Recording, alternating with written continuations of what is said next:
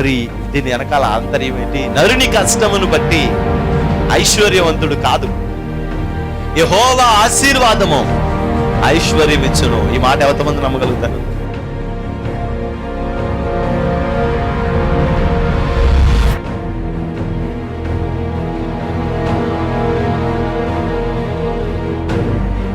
ఆ రక్షణను మనం చూడాలి, అనేక ఆత్మల రక్షణను మనం చూడాలి. దేవుని యొక్క మందిరంలో దేవుడు చేసే అద్భుత కార్యాలన్నిటినీ మన కన్నులారా మనం చూడాలి. నేడు ఈ ఇంటికి రక్షణ వచ్చింది. ఎప్పుడో మన దోషములను మనం విడిచిపెట్టుకున్నాం.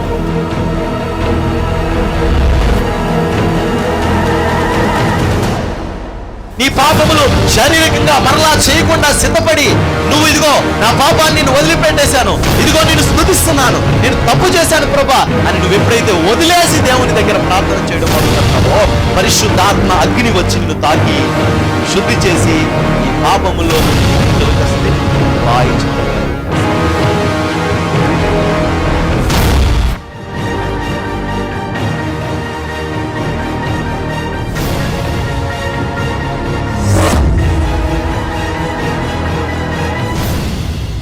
సంభాషణలన్నీ దైవికమైన సంభాషణలుగా ఉండును గాక. ఆమేన్. హల్లెలూయా, హల్లెలూయా, హల్లెలూయా. రోడ్డు మీద నుంచి ఉందంటే ఒక ఆవిడ, వినాలి జాగ్రత్తగా. ఈయన వెళ్ళి, అక్క ఏంటక్క రోడ్డు మీద నుంచున్నారు అన్నాడంట. సంత అయిపోయింది నాయన, సంత చేసుకుంటాకి వెళ్తున్నాను. అదేంటి అంకుల్ గారు చేయరా అన్నాడట. ఆయన తాగేసి తిరగడానికే సరిపోతుంది, ఇక సంత ఏం చేస్తాడంటే, అక్క నువ్వు ఇంటికి వెళ్ళిపోక, నేను వస్తానని చెప్పి, నేను పట్టుకుని వస్తాను అని చెప్పి, నేను పట్టుకుని వస్తాను సంత, నువ్వు వెళ్ళిపోందట. అంటే ఆవిడ ఏం చేసిందంటే, పాపం పొళ్ళే సంత తీసుకొస్తానని చెప్పేసి, ఇగో నన్ను డబ్బులు అంటే, డబ్బులు ఉంచు నీ దగ్గర, నేను పట్టుకుని వస్తాను అని చెప్పి సంచి పట్టుకుని వెళ్ళాడట. వెళ్ళి మామూలుగా వీళ్ళు అయితే ఒక సంచుడు కొనుక్కుంటారంట, ఆడిన సంచితో కొన్నాడట. దాంతోపాటు కైమా కూడా కొన్నాడంట, దాంతోపాటు యాపిల్స్ కాయలు కూడా కొన్నాడంట, ఓ డజన్ దానిమ్మకాయలు కూడా కొన్నాడంట. కొని అన్ని పట్టుకెళ్ళి ఇచ్చాడంట. ఇచ్చి డబ్బులు గిబ్బులు నాకు వద్దన్నాడట. అదిగో నువ్వు అలా అనొద్దు, మరి నేను అలా అయితే ఇంకెప్పుడు తీసుకోను. అవన్నీ కాదు, మనం ఆత్మీయులు ఒకరికొకరు ఏం చేసుకోవాలి, సహకారం చేసుకోవాలి, నువ్వు తీసుకోవాలి. అలా కాదమ్మా, అలా చేయకూడదమ్మా, అదమ్మా ఇదమ్మా అని చెప్పేసి ఆవిడ ఎంత బతిమాలినా సరే వీడు వినలేదు. మళ్ళీ బుధవారం వచ్చిందంట, మళ్ళీ సంతకం వెళ్ళిపోయాడు ఇంటికి. మళ్ళీ బుధవారం రాగానే సంత పట్టుకుని వెళ్ళిపోయాడు ఇంటికి. ఏం చేయాలి మీరు చెప్పండి, యథార్థవంతులైతే? ఏమండి, ఒకసారి ఒక ఆయన నాకు 12 గారి తెచ్చాడండి, ఒక పొట్లం కట్టించుకొని. 12. నేనేమన్నానంటే, ఆల్రెడీ మేము ఇంట్లో టిఫిన్ చేసాం, నువ్వు తెత్తే ఎన్ని తేవాలి? ప్లేట్కి 2 గారెలు పెద్దవి ఉంటాయి కాబట్టి నువ్వు 2 తేవాలి. నువ్వు 12 తెచ్చావు గారి, మేము ఎవరం తినాం, నువ్వు పట్టుకెళ్ళు. లేదా నా నీ కోసమే తెచ్చాను, నీ కోసం తెచ్చాను. నా కోసం తెచ్చినా ఎవరి కోసం తెచ్చినా ఎవరం తినం. ఒక లిమిట్ ఉంటుంది మనం ఎవరిదాన్ని తీసుకునేది. ఆ లిమిట్ దాటామా ప్రమాదంలో ఉన్నట్టు లెక్క. మనం ప్రమాదంలోకి వెళ్తాం అన్నమాట. నేను వెట్టి పరిస్థితుల్లో నేను తీసుకోను, నువ్వు పట్టుకెళ్ళి. మళ్ళీ తేల దేవుడి కృపను బట్టి తీసుకోనప్పుడు తేరావు. మళ్ళీ వారం సంత ఇచ్చేసి,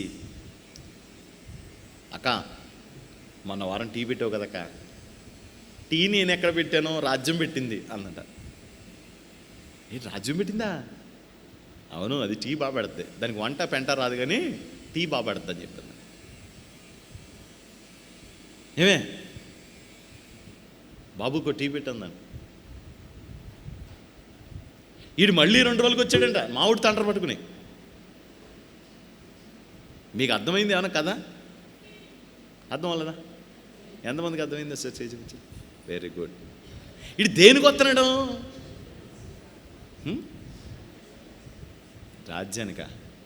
ఏ రాజ్యానికి? పరలోక రాజ్యానికి. ఇంటి కొమ్మ తీసుకొని నేను మధ్యలో వాడిన రాజ్యం అన్న పదం ఏ స్వరాజ్యమో అమ్మాయి పేరు. ఆ రాజ్యాన్ని వాడుకుంటాకి, ఆ రాజ్యాన్ని దక్కించుకోవడం కోసం ఈడేం చేస్తున్నాడంటే యుద్ధం చేస్తున్నాడు.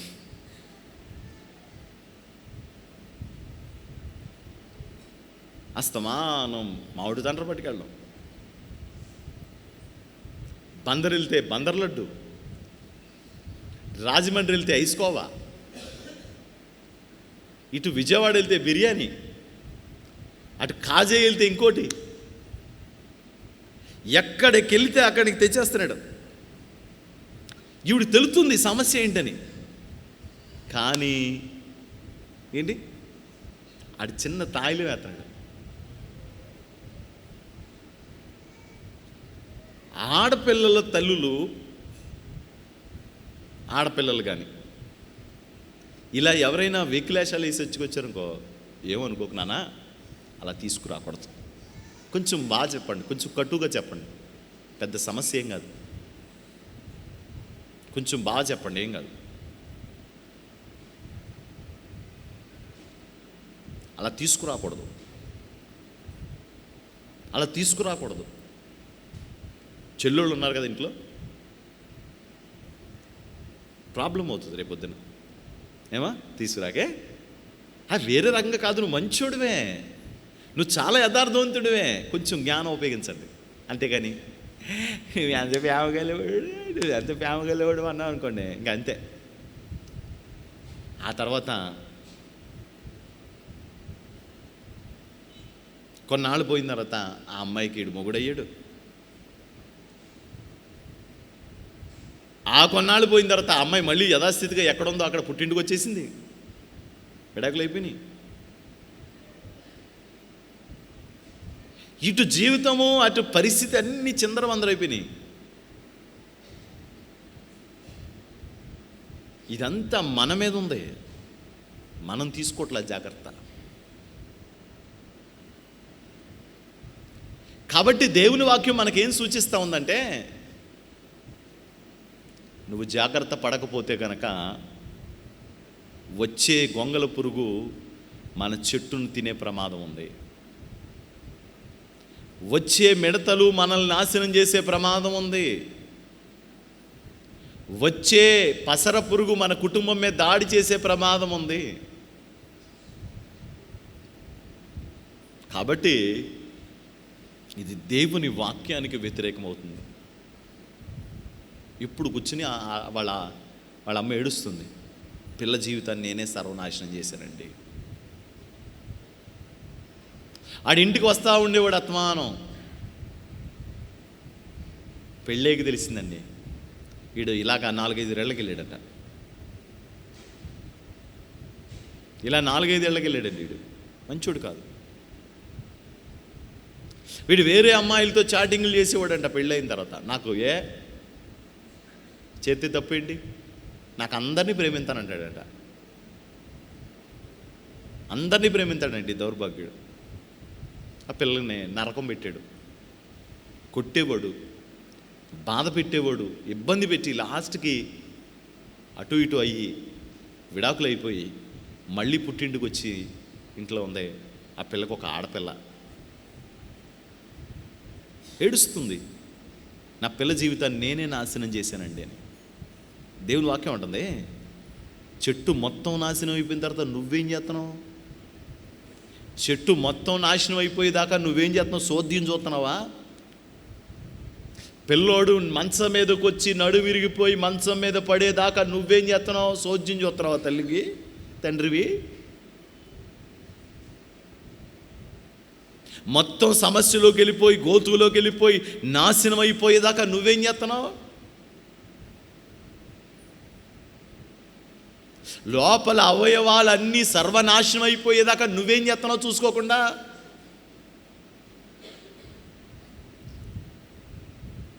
నాకు తెలిసినంత వరకు ఎవరి జబ్బులు బయటపడవంటే ఈ మందు తాగే వాళ్ళ జబ్బులు ఒకటే బయటపడవు. ఎందుకంటే మత్తు మీద, తిమ్మిరి మీద వాళ్ళకి వెళ్ళిపోతూ ఉంటుంది. సహజంగా బైబిల్లో ఒక వాక్యం ఉంటుంది, అదేంటంటే రాత్రి వేళ కలుగు భయముకైనను అని ఉంటుంది. రాత్రి వేళ ఏముంటుంది అంటే చాలా పెయిన్స్, చాలా భయాలు ఎక్కడుంటాయి? రాత్రి వేళ ఉంటుంది. ఇటు రాత్రికి భయపడ్డే అవకాశం ఎక్కడుంది? ఏం చేస్తాడండి? పడుకుని పోతాడు. రాత్రి వేళ భయం ఉందంట. భయం ఉన్న టైంలో ఈడేం చేస్తున్నాడు అంటే భయపడాల్సిన టైంలో ఏంటి? సహజంగా మామ బయట తిరుగుతున్నప్పుడు ఎవరికి ఆలోచన రాదు. రాత్రి మంచం ఎక్కిన తర్వాతే బుర్రలోకి ఆలోచనలో తిరిగేస్తూ ఉంటాయి ఎవరికైనా, అవునా కదా? అప్పుడే కంగారు వచ్చేస్తూ ఉంటుంది, బాధ వచ్చేస్తూ ఉంటుంది. పిల్లడు భవిష్యత్తు ఏమైపోద్ది, అయ్యో ఈడి భవిష్యత్తు ఎలా అయిపోద్ది, నా భవిష్యత్తు ఏమైపోద్ది అని ఎప్పుడు ఆలోచిస్తాం? రాత్రిడు నాకు తాగేసి పడుకుంటున్నాడు. ఆలోచించడానికి నీకు సమయం ఎక్కడ ఉంది?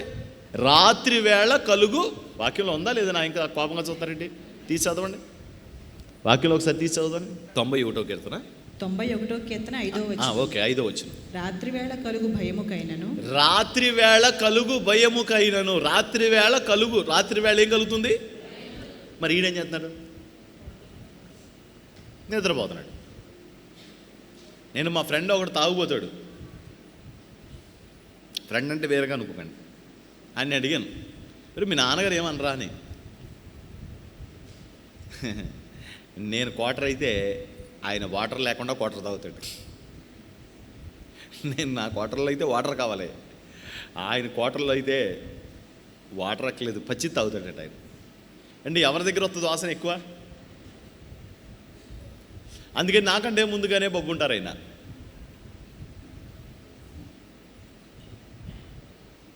చిన్నోడు కానీ ఆడికి లోకు ఏంటంటే ఆయన తాగుబోతూ. రాత్రి వేళ కలుగు భయముకైనను. భయపడాల్సిన సమయం, జాగ్రత్త పడాల్సిన సమయం. ఈయన ఏం చేసినాడంటే తాగే శుభ్రంగా నిద్రపోతున్నాడు. చూసుకోవాల్సిన సమయం, కనిపెట్టుకోవాల్సిన సమయం. ఇప్పుడు అంటున్నాడు అంతా చెడిపోయిందంట. ఇప్పుడండి ఈ నడుము పోయినోడు ఉన్నాడు. కాపురం పోయిన పిల్ల ఉంది. అప్పులు పాలైపోయినాడు ఇంకోటి ఉన్నాడు. పిల్లలు తాగుబోతలు అయిపోయిన వాళ్ళు ఉన్నారు. వీళ్ళు కూర్చుని ఏడుతూ ఉంటారు నెత్తి మీద చేతులు వేసుకొని. ఏమని? నా కూతురు జీవితం నాశనం అయిపోయింది, నా కొడుకు జీవితం నాశనం అయిపోయింది, నా పరిస్థితులన్నీ పాడైపోయినాయి, ఏం చేసేది? నా చేతులారా నేనే చేసుకున్నాను, నా చేతులారా నా కుటుంబాన్ని నేనే పాడు చేసుకున్నాను అని బాధపడతాం. మంచిదే. ఎవరు ఏమంటారు తెలుసా? ఇప్పుడు రండి దేవుడి దగ్గరికి, ఇప్పుడైనా రండి. ఏమన్నాడు? ఇప్పుడైనా రండి. ఇప్పుడు కూడా రాకపోతే ఎలాగా? ఇప్పుడు రావాలి. నువ్వు ఎక్కడికి రావాలి? దేవుని సన్నిధికి రావాలి. ఇప్పుడు వస్తే ఏం జరుగుద్దంటే, మూడుబారిన జీవితాలను చిగురింపచేయగలవు నీవు. మూడుబారిన జీవితాలను చిగురింపచేయగలవు నీవు. మారా అనుభవం మధురముగా మార్చగలవు నీవు. మారా అనుభవం మధురముగా మార్చగలవు నీవు. కృపామయుడా నీలోనా, కృపామయుడా నివసింపచేసినందునా ఇదిగో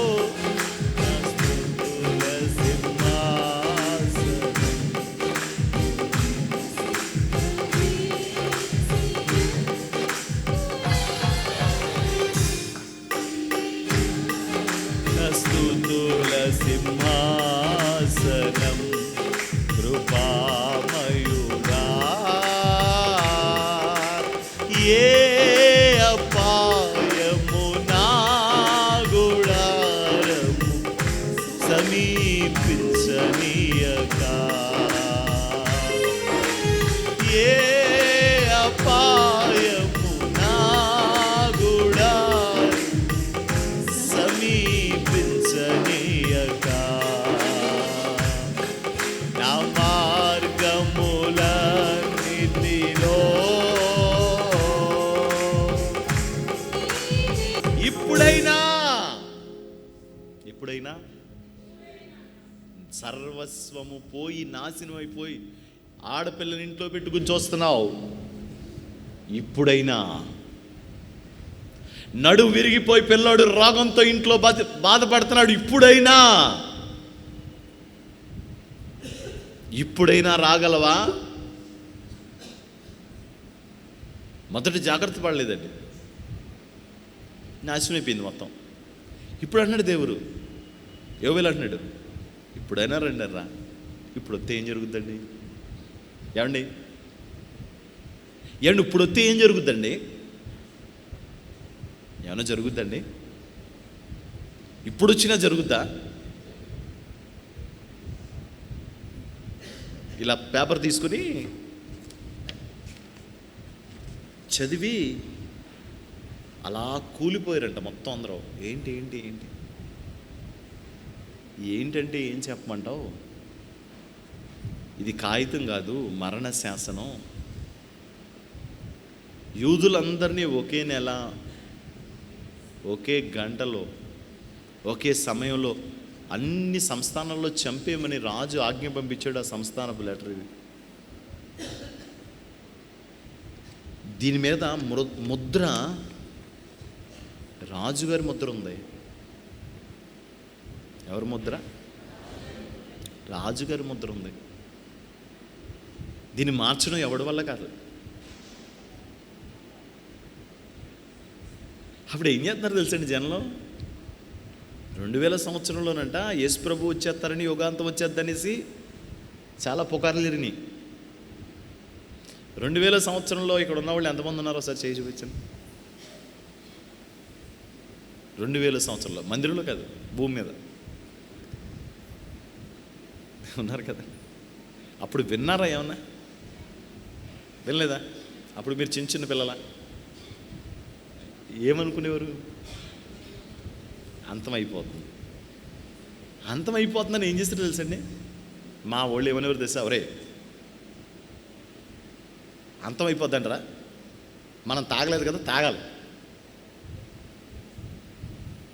భూమి మీద మనం చాలా చూడలేదు, అవన్నీ చూసేయాలి. దేవుడి మహాకృప 2000 సంవత్సరం 1వ నెల 1వ తారీఖు నేను బాప్తీసం తీసుకున్నాను. అంటే మీరు అర్థం చేసుకోవాల్సింది ఏంటంటే 1999 సంవత్సరం జూలై నెలలో ప్రభు నన్ను పట్టుకున్నాడు. 1999 జూలై నెలలో ప్రభు నన్ను పట్టుకున్నాడు. ఒకవేళ నన్ను జూలై నెలలో పట్టుకోకపోతే నాకు ఎయిడ్స్ వ్యాధి వచ్చేది. జూలై నెలలో పట్టుకోకపోతే నేను త్రాగుపోతున్నాయేమోండి. జూలై నెలలో కనుక ప్రభు నన్ను పట్టుకోకపోతే వీళ్ళందరూ ఒరే యుగాంతం అయిపోతుందంటారా, మనం మందేసేయాలి అంటున్నారు అప్పటికే. అంటే ఏంటి? ప్రజలకి చచ్చిపోతున్నాం అనే ప్రమాదం వస్తుంటే ప్రమాదానికి మనం ఎలా బయటపడాలి, దేవుణ్ణి వేడుకోవాలి కాదు. ఈ దరిద్రాలన్నీ మనం చూడలేదు, ఇవన్నీ చూసేయాలనే తప్ప ఇంకో ఆలోచన ఉందండి? అప్పుడు అందరూ అలాగే చేశారు. 2000 నేను అక్కడ లేను, వాళ్ళతో లేను. ఎందుకంటే జూలై నెలలో ప్రభు నన్ను దర్శించాడు. జూలై నెలలో ప్రభు నన్ను దర్శించాడు. ఏంటి పరిస్థితి అని ఆలోచన చేస్తే నాకు అప్పుడప్పుడే కొంచెం లోకం మీదకి తిరిగింది. నేను బాగా సినిమాలు చూసేవాడిని, బాగా అంటే బాగా. ఇంచుమించు 17వ సంవత్సరం ఆ టైంలో మాత్రం రోజు చూసేవాడిని. మన భీమవరం గోవర్ధన థియేటర్లోని చాలాసార్లు లేపేవాడు. బాబు ఏయ్ ఏయ్ అనేవాడు. ఏంటి అంటే సినిమా అయిపోయి అరగంట అయింది వెళ్ళు.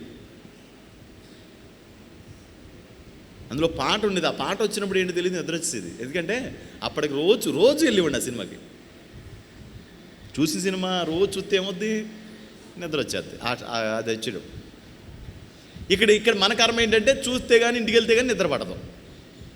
రోజు సినిమా ఏదో చూడాలి. అంత భ్రష్టత్వంలోకి వెళ్ళిపోతున్న రోజులై.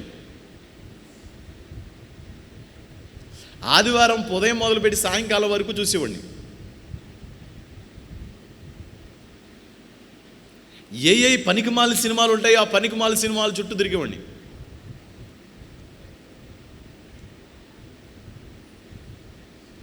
నాకు ముందుగా పెద్దవాళ్ళు అయిన వాళ్ళు కూడా అందరూ వచ్చి నువ్వు జీవితంలో చాలా అభివృద్ధిలోకి వెళ్తావు అని చెప్పి నన్ను మందుకు అలవాటు చేయడానికి నన్ను సంసిద్ధం చేస్తున్నారు. వాళ్ళు చాలా సన్నంగా ఉన్నావు, బీరెత్తే బొగ్గలు వస్తాయి, బీరెత్తే బొగ్గలు రావడం ఏంటి. ఒకడు అంటాడు తలపోటు తగ్గాలంటే మందు వేయాలంట. ఏం మాట్లాడతారు ఏంటో. మరి ఆడవాళ్ళందరూ మరి ఆడవాళ్ళందరూ ఏం చేయాలంటారా? డైరెక్ట్ కలిపించుకుని డైరెక్ట్ నీళ్ళు కలపకుండా తాగేళ్ళండి. మళ్ళా మన మాట. మరి ఆడవాళ్ళకి తలకపోటు రాదా? అంటే ఆడవాళ్ళకి మీకు ఎవరికి తలకపోటు రాదా? కొమ్మతీసి అలాంటి అలవాట్లే లేవు కదా మీకు. ఏమో అలా సన్నగా ఊపుతున్నారు. దేవునికి ఒకసారి స్తోత్రం చెప్పండి. హల్లెలూయా. చెత్త ఆలోచనలు. సరే, మొత్తం నన్ను బాగా మోటివేట్ చేస్తున్నారు. నేను కూడా సంసిద్ధం అయ్యాను. ఫస్ట్ మా వాడిని టేస్ట్ అడిగితాడు అన్నాడు. కుంకుడికాయ పులుసు సీసాలో పోసి వడకట్టి సీసాలో పోసి బాగా ఫ్రిడ్జ్లో కూలింగ్ అయిన తర్వాత తాగితే ఎలా ఉంటుందో అలాగే ఉంటుంది అన్నాడు. మరి దరిద్ర కొట్టోళ్ళారా, కుంకుడికాయ పులుసు తల స్నానం చేస్తుంటే నోట్లోకి వెళ్తేనే చాలా దరిద్రంగా ఉంటుంది అన్నాడు. దాంట్లో ఇంకొక ఆఫర్ కూడా ఉంది మళ్ళీ. చచ్చిపోయిన ఎలక ఏ కంపు వస్తుందో ఆ కంపు వస్తుందంట. వాస్తవానికి చచ్చిపోయిన ఎలక దగ్గరైనా కాపురం చేయొచ్చు, కానీ ఈ శీష అనడం కొన్నాడు. ఆ నోట్లోంచి వస్తా చూసారు ఆ వాసనకి ఇంట్లో వాళ్ళు చాలా బాధపడిపోతారు. దరిద్రపు వాసనది. మళ్ళీ ఈ వాసన ఈ సేదు కలిపితే ఏదో మిస్ఫోటనం జరుగుతుందంట లోపల. కానీ నా ప్రభు నన్ను 2000 సంవత్సరంలో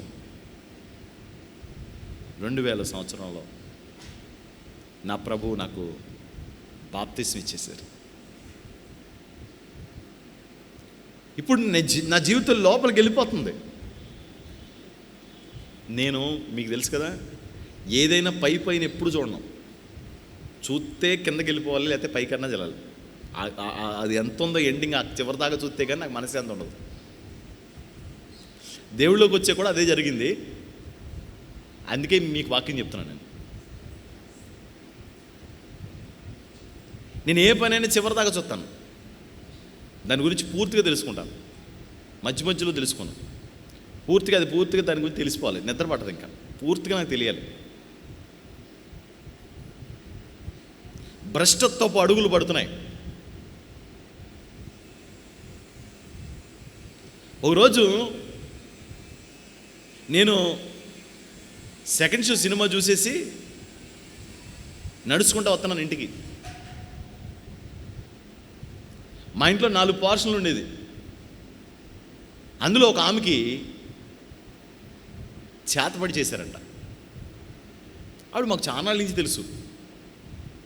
సడన్గా ఆమె కళ్ళు పోయినాయి. అది ఎలాగో ఏంటో నాకు విషయం తెలియదు, కానీ మొత్తానికి ఆమె కళ్ళు పోయినాయి. కళ్ళు పోతే ఏం చేశారో ఏంటని తెలుసుకుంటే ఎవరో చేతపడి చేశారో అని తెలిసిందంట. తెలిస్తే ఏం జరిగిందంటే, సరే చేతపడి చేశారని చెప్పి ఇంట్లో ఉండేవారు, చెప్తూ ఉండేవారు, వీళ్ళు తిరుగుతూ ఉండేవారు. పాపం అందరూ వచ్చి ఆవిడని పరామర్శించి వెళ్తూ ఉండేవారు.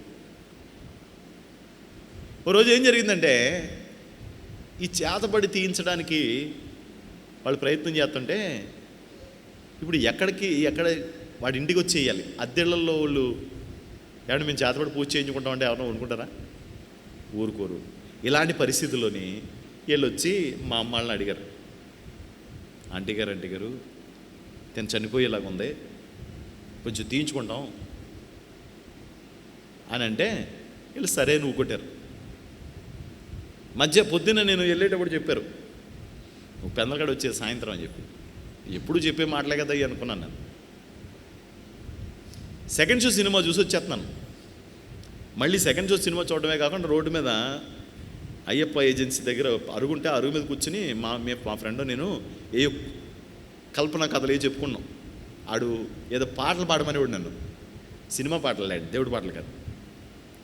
ఈ దేవుడి పాటలు సినిమా పాటలు పాడమనేవాడు. ఆ పాట పాడరా అనేవాడు. ఆ పాట పాడేవాడు. నేను పెద్ద సింగర్లో ఫీల్ అయిపోయాడు అనమాట. కొంచెం బాగుండేది రండి, కొంచెం బాగుండేది ఇప్పుడు మీద. అవన్నీ పాడేసేవాడిని. అలా మాట్లాడేసుకుని వచ్చేస్తున్నాను.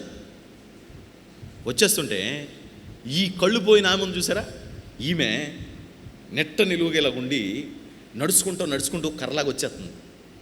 ఎక్కడి నుంచి? ఈ శ్వేత నరసింహం హాస్పిటల్ ఉంటే చూసారా, ఆ సందులో మా ఇల్లు. నడుచుకుని వచ్చేస్తుంటే నేను ఆనందంగా